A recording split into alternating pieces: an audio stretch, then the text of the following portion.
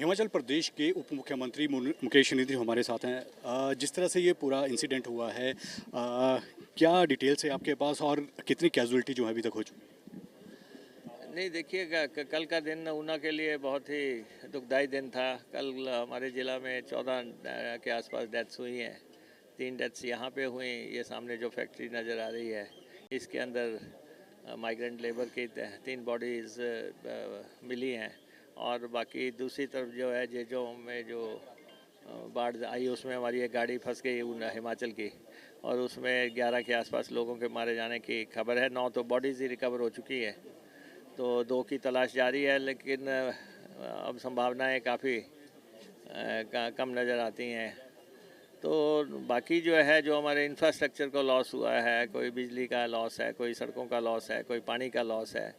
और अब यहाँ से पानी का रास्ता क्या था, और क्योंकि बीच में काफ़ी लोगों की ज़मीनें आती हैं। वैसे तो ऊना ज़िला, आप देखिए कि चैनलाइजेशन के हिसाब से कंट्री का ऐसा ज़िला है जहाँ पे इस स्वां की चैनलाइजेशन के लिए जो है 1500 करोड़ रुपया लगा है, जो सीधा ही आता है तो उधर से गगरेट से लेके यहाँ अपने हिमाचल बाउंड्री बाथड़ी तक 1500 करोड़ रुपया पत्थर लगा के इसको चयनित किया गया है। पहले तो बहुत बड़े पैमाने पे बाढ़ आती थी, लेकिन उस के बाद जो है ये काफ़ी नियंत्रित हुआ है, ज़मीन काफ़ी रिक्लेम हुई है।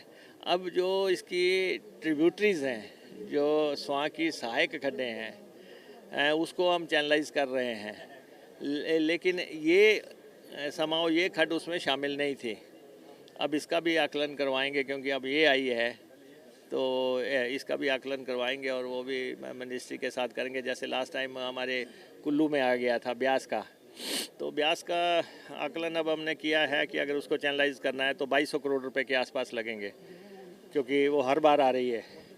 तो उसी हिसाब से इसको भी देखेंगे। अगर पूरे हिमाचल प्रदेश की बात करें तो नेशनल हाईवेज बंद हैं, ट्रांसपोर्ट जो है वो ठप पड़े हुए हैं, पानी की व्यवस्था नहीं है, तो इसको किस तरह से रिस्टोर करने की बात जो है वो सरकार नहीं देखिए, बड़े पैमाने पे रेस्टोरेशन वर्क चल रहा है।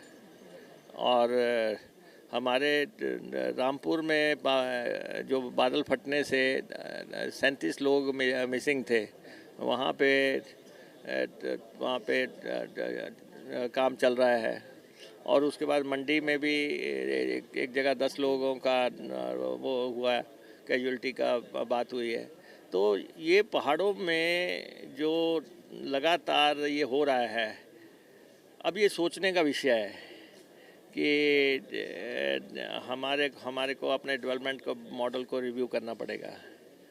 हमें ये देखना पड़ेगा कि जो सड़कें बन रही हैं, 4 लेन्स बन रही हैं, टनल्स बन रही हैं, और उसमें पहाड़ कट रहे हैं, क्या क्या वो मॉडल ठीक है इकोलॉजी के लिए, उसका उस पर कितना प्रभाव होता है, ये हम नेक्स्ट कैबिनेट में डिस्कस करेंगे।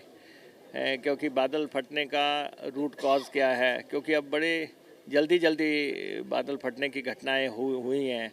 पिछली बार भी हुई है, इस दफ़ा भी हुई हैं।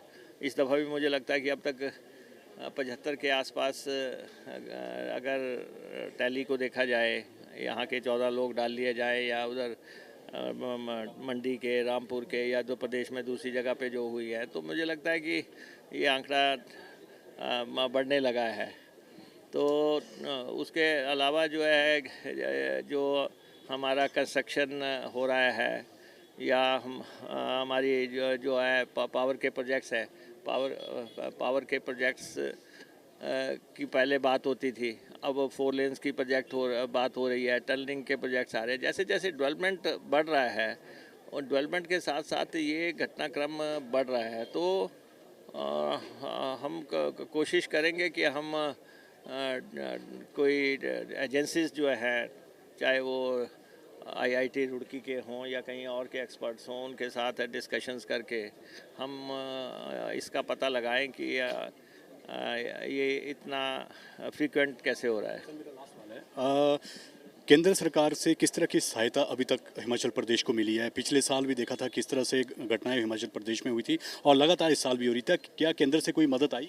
नहीं देखिए, केंद्र पिछली दफ़ा भी हिमाचल के रेस्क्यू पे नहीं आया। 500 से ज़्यादा डेथ्स हो गई थी, और विनाश की एक लीला आपके सामने थी।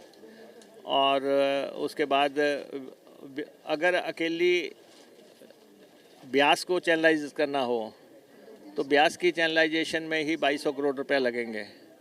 अभी भी ब्यास की चैनलाइजेशन का प्रोजेक्ट उन्होंने हमें लौटा दिया सेंटर ने, और ये कहा कि आप ये देखो कि जो रीसेंट फ्लड्स आए हैं उसके हिसाब से इसको बना के दो। तो ये टालने की बात नहीं होनी चाहिए। ये एक बहुत बड़ा फैक्टर है कि लगातार नुकसान हो रहा है।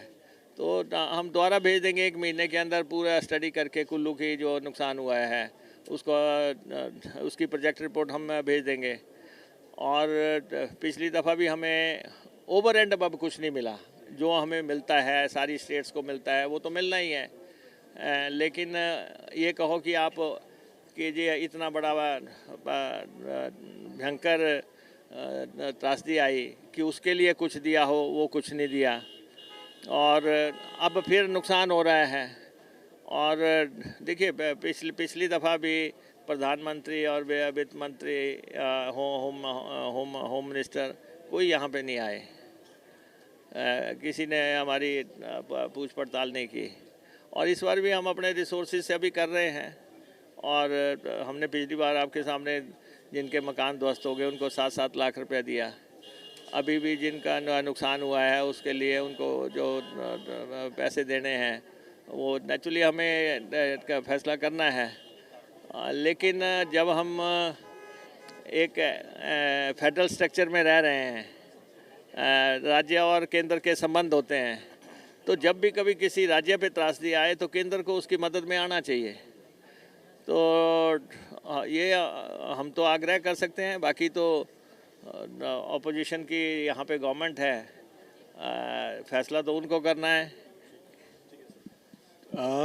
हिमाचल प्रदेश के जो उप मुख्यमंत्री उनका कहना है कि जिस तरह से जो केंद्र सरकार है उनकी कोई भी सहायता जो है वो प्रदेश सरकार को अभी तक नहीं मिली है। वीडियो जर्नलिस्ट सचिन के साथ विशाल Thakur, news nation, Una, Himachal Pradesh. News nation अब व्हाट्सएप पर खबरों की ताज़ा अपडेट के लिए न्यूज़ नेशन के इस QR कोड को स्कैन करें।